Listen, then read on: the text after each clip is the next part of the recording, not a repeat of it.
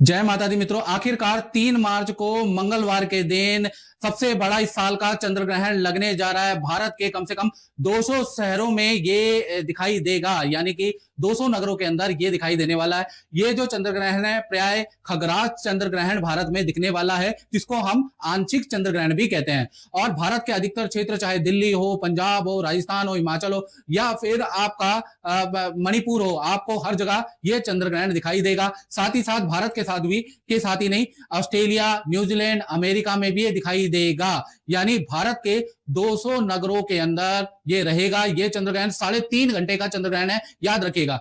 और ये चंद्र ग्रहण भारतीय समय के अनुसार दिन में 3 मार्च को दिन में 3:20 से लेकर और शाम को 6:47 तक रहने वाला है। यानी 3 घंटे 27 मिनट इसकी अवधि रहेगी। और जैसा कि आप देख सकते हैं, मानचित्र ए के अंदर आप दिखाई दे रहा है कि किस किस जगह पे चंद्र ग्रहण में क्या स्थिति दिखाई देगी, ये आपके सामने दिख रहा है। पूरा भारत का मानचित्र आपके सामने आ रहा है। चंद्र ग्रहण आंशिक रूप से आपको दिख रहा है कि ए पॉइंट पे, बी पॉइंट पे, सी पॉइंट पे और डी पॉइंट में कैसा कैसा, यानी कि पूरा भारत को कवर करने वाला है, भारत के अधिकतर नगरों को कवर करने वाला है। साल 2026 का सबसे बड़ा चंद्र ग्रहण है, याद रखिएगा। साथ ही साथ बी मानचित्र के अंदर, यानी कि दूसरे चित्र के अंदर आप देख रहे हैं कि भारत के 200 नगरों की हम आपको लिस्ट दे रहे हैं कि उसमें चंद्र ग्रहण किस किस समय पे लगने वाला है। आप खुद देख सकते हैं कौन से नगर में आप रहते हैं। यदि दिल्ली में रहते हैं तो कितने बजे लगेगा, यदि आप हरियाणा में रहते हैं तो कितने बजे लगेगा, यदि आप गुड़गांव में रहते हैं तो कितने बजे लगेगा, यदि आप पंजाब में रहते हैं तो कितने बजे लगेगा, हिमाचल में रहते हैं तो कितने बजे लगेगा। इनफैक्ट आप बंगाल में रहते हैं, मुंबई में रहते हैं, महाराष्ट्र में रहते हैं तो जयपुर में रहते हैं तो कितने बजे लगेगा। ये पूरी की पूरी 200 नगरों की हम आपके लिए लिस्ट लेके आए हैं, जिसके अनुसार आप जान सकते हैं कि आपके शहर में ये चंद्र ग्रहण कितने कितने बजे लगने वाला है। ये आपके सामने आ रही है लिस्ट। तीसरी अगर हम बात करें तो तीसरा मानचित्र है, डायग्राम आपके सामने आ रहा है कि चंद्र ग्रहण आखिरकार 3 मार्च 2026 को मुख्य शहरों में कैसा दिखाई देगा। जैसे आप देख रहे हैं जालंधर में ये 25% चंद्र ग्रहण ऐसा दिखाई देगा, जो आपको चंद्र ग्रहण 25% रहेगा। चंडीगढ़ में 28% रहेगा, दिल्ली में 29% चंद्र ग्रहण दिखाई देगा का इफेक्ट रहेगा। साथ ही साथ जम्मू के अंदर 23%, देहरादून के अंदर 29%, इसी प्रकार से शिमला के अंदर 28% चंद्र ग्रहण की डायग्राम ऐसी है। वाराणसी के अंदर सबसे ज्यादा दिखाई देगा, जो आप देख रहे हैं 65% चंद्र ग्रहण वाराणसी से आपको देख सकते हैं। यदि आप वाराणसी में रहते हैं तो अच्छे चंद्र ग्रहण के दीदार आपको हो सकते हैं। तो ये आपके सामने मानचित्र है। अब हम बात कर लेते हैं कि भारत में ये लगने वाला है, अमेरिका में ये लगने वाला है, ऑस्ट्रेलिया के अंदर ये लगने वाला है। साथ ही साथ ये जो चंद्र ग्रहण है उसका सूतक काल 9 घंटे पहले शुरू हो जाता है, यानी सुबह 6:20 से सूतक काल आपका शुरू हो जाएगा। सूतक काल के अंदर लंबी दूरी की यात्रा करना वर्जित होता है। नया घर बनाना, नई गाड़ी बुक करना, कोई वस्तु खरीदना खराब होता है, याद रखिएगा। साथ ही साथ नाखून काटना, बाल बनाना, मैथुन क्रिया करना वर्जित होता है। साथ ही साथ सूतक काल के अंदर जो बाल व्यक्ति हैं, बालक हैं, वृद्ध हैं या गर्भवती महिलाएं, वो थोड़ा भोजन ले सकती हैं, अपनी दवाइयां ले सकती हैं। यानी कि भोजन और दवाइयां आप टाइम पे ले लीजिए, थोड़ा बहुत भोजन खा के। अगर आपके घर में बालक है, आपके घर में कोई गर्भवती स्त्री है या वृद्ध व्यक्ति है तो उनका खाना छोड़े नहीं। सूतक काल और ग्रहण काल में भी वो खा सकते हैं, बस सोना वर्जित होता है। कोशिश करें कि सूतक काल, ग्रहण काल के दौरान सोए नहीं। अब हम बात कर लेते हैं कि ग्रहण काल में क्या क्या करना चाहिए, क्योंकि ग्रहण का नाम ग्रहण करना होता है, यानी नेगेटिविटी को छोड़कर ब्रह्मांड में पॉजिटिविटी को ग्रहण करना ही ग्रहण होता है। याद रखिएगा, ग्रहण की यही परिभाषा है। तो ऐसे में यूनिवर्स में पॉजिटिविटी को कैसे आप अपने अंदर लाएंगे, अपने परिवार के अंदर लाएंगे, उसकी विधि क्या है। तो जब भी जब ग्रहण लग रहा हो, यानी कि जैसा मैंने आपको बताया ही है कि 3:20 से लेकर 6:47 तक ग्रहण लगेगा, उस समय पे आप घर के अंदर हवन कर सकते हैं, पितृ का ध्यान कर सकते हैं। ओम पितृ देवता भ्यो नमः, पितृ की पूजा आप कर सकते हैं, याद रखिएगा। ओम नमो भगवते वासुदेवाय, ये मंत्र का जाप आप कर सकते हैं, या ओम पितृ देवता भ्यो नमः, ये 2 मंत्र अगर आप करेंगे तो आपके घर के अंदर के में या आपके खानदान में जो भी बाधाएं वो आपके परिवार के, आपके दादा परदादा, पितृदोष, कुल दोष, इष्ट दोष, वो सब आपका दूर हो जाएगा और आपके घर के अंदर पॉजिटिविटी बन जाएगी। तो ऐसे में जब ग्रहण लग रहा हो तो मंदिर में ना जाके कहीं पर स्वच्छ स्थान पे आप बैठ जाएं और ग्रहण जहां लग रहा है, चंद्रमा जहां, उसकी ओर मुंह कर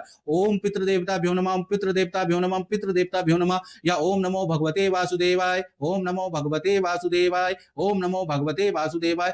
और जितना आप कर सकते उतना करोगे तो आपके घर के अंदर जो भी पॉजिटिविटी नेगेटिविटी है वो दूर होकर घर के अंदर पॉजिटिविटी बढ़ जाएगी। तो ग्रहण काल में ध्यान करना, मंत्र जाप करना बहुत ही अच्छा रहता है, याद रखें। चलिए अब बात करते हैं कि चंद्र ग्रहण में जो ये लगने जा रहा है इसमें ज्योतिषीय प्रभाव क्या पड़ेगा, मेदनीय ज्योतिष क्या कहती है।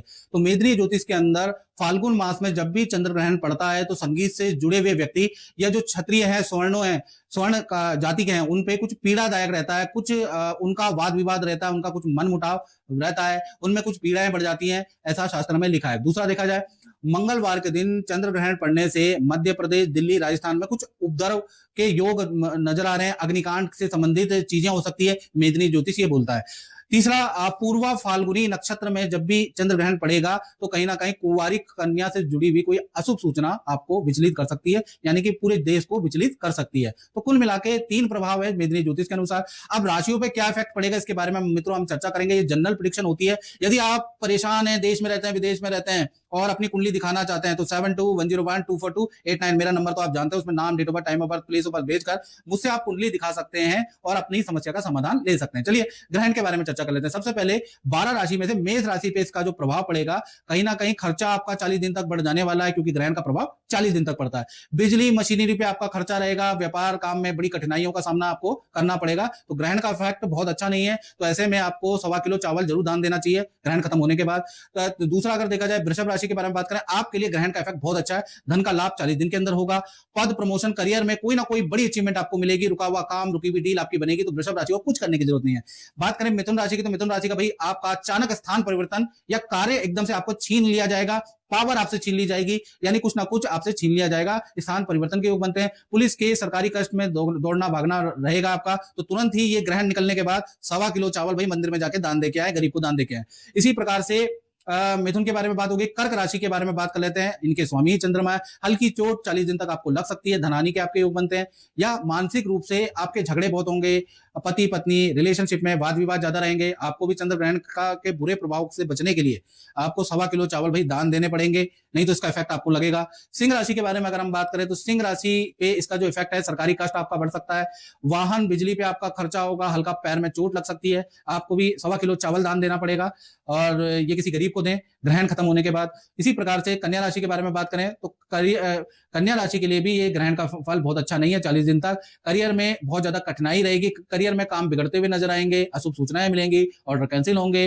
थोड़ा सा ग्रहण जब ये खत्म हो जाए उसके बाद आपको क्या करना है, 1.25 किलो चावल उसको तुलवा के और किसी गरीब को दान दे दे या मंदिर में दान दे दे, ग्रहण का प्रभाव आप पे कम लगेगा। इसी प्रकार से तुला राशि के बारे में बात करें तो तुला राशि के लिए ये ग्रहण का प्रभाव अच्छा है। धन का लाभ होता हुआ नजर आ रहा है, परिवार से मिलन होता हुआ नजर आ रहा है, परिवार के साथ में कोई खुशखबरी मिलेगी, आपका रुका हुआ कोई काम बनता हुआ नजर आ रहा है, परिवार के साथ में या परिवार के सदस्यों के साथ में कहीं घूमने का प्लान भी आप कर सकते हैं 40 दिन में। तो तुला राशि के लिए इफेक्ट बहुत अच्छा है। इसी प्रकार से हम वृश्चिक राशि के बारे में बात करें तो कहीं ना कहीं संतान संबंधी परेशानी, संतान को हेल्थ के इश्यू रह सकते हैं, वाहन और बिजली पे खर्चा हो सकता है। आपको भी 1.25 किलो चावल ग्रहण के बाद तुलवा के दान देना है। इसी प्रकार से धनु राशि के बारे में बात करें, आप पे पॉजिटिव इफेक्ट है। अचानक तीर्थ यात्रा के आपके योग बनते हैं। धन से, करियर से जुड़ी हुई या परिवार से जुड़ी हुई 2 बड़ी खुशखबरियां 40 दिन के अंदर आपको मिलेगी। अच्छा खासी डील, अच्छा खासा धन लाभ धनु राशि को होगा, तो आपको कुछ करने की जरूरत नहीं। मकर राशि के लिए भी ये ग्रहण पॉजिटिव रहेगा 40 दिन तक। पार्टनर के साथ में अनबन खत्म होगी, पार्टनर के साथ में यात्रा के योग बनते हैं। आपको कोई धन का, पद का लाभ होगा, अच्छा आपका काम बढ़ेगा, रुका हुआ धन, रुकी हुई डील आपको मिलेगी। तो मकर राशि के लिए भी बहुत अच्छा ये ग्रहण रहने वाला है। कुंभ राशि, इसी राशि पे ये जो 3-4 ग्रह एक साथ आएंगे, सूर्य, बुध, शुक्र, मंगल, राहु की युति यहीं पर बनेगी, तो सरकारी कष्ट के आपके योग बनते हैं। साथ ही साथ काम में कठिनाइयां आपकी रहेंगी, वाहन पे आपका खर्चा बहुत ज्यादा रहेगा और संतान से संबंधित कोई ना कोई बैड न्यूज सुनने को नजर आएगी 40 दिन में। तो आपको क्या करना है, कुंभ राशि को ग्रहण खत्म हो जाए तुरंत 1.25 किलो चावल तुलवाइए और मंदिर में या किसी गरीब को दान देके आइएगा, तो ग्रहण का इफेक्ट इमीडिएटली आप पे कम होगा। मीन राशि के बारे में बात करें तो चंद्र ग्रहण का प्रभाव बहुत अच्छा है। करियर में आपको गुड न्यूज मिलेगी, पद धन का आपको लाभ मिलेगा, परिवार से संबंधित कोई खुशखबरी आपको मिलेगी, परिवार सदस्य से कोई खुशखबरी आपको सुनाएंगे। तो 40 दिन आपके रुके हुए काम बनते हुए नजर आएंगे, तो ग्रहण का प्रभाव आपके लिए बहुत अच्छा है। तो मित्रों, इस कार्यक्रम में हमने चंद्र ग्रहण से संबंधित सब कुछ आपको समझाया। इस कार्यक्रम में इतना ही, मुझे दीजिएगा। जय माता दी।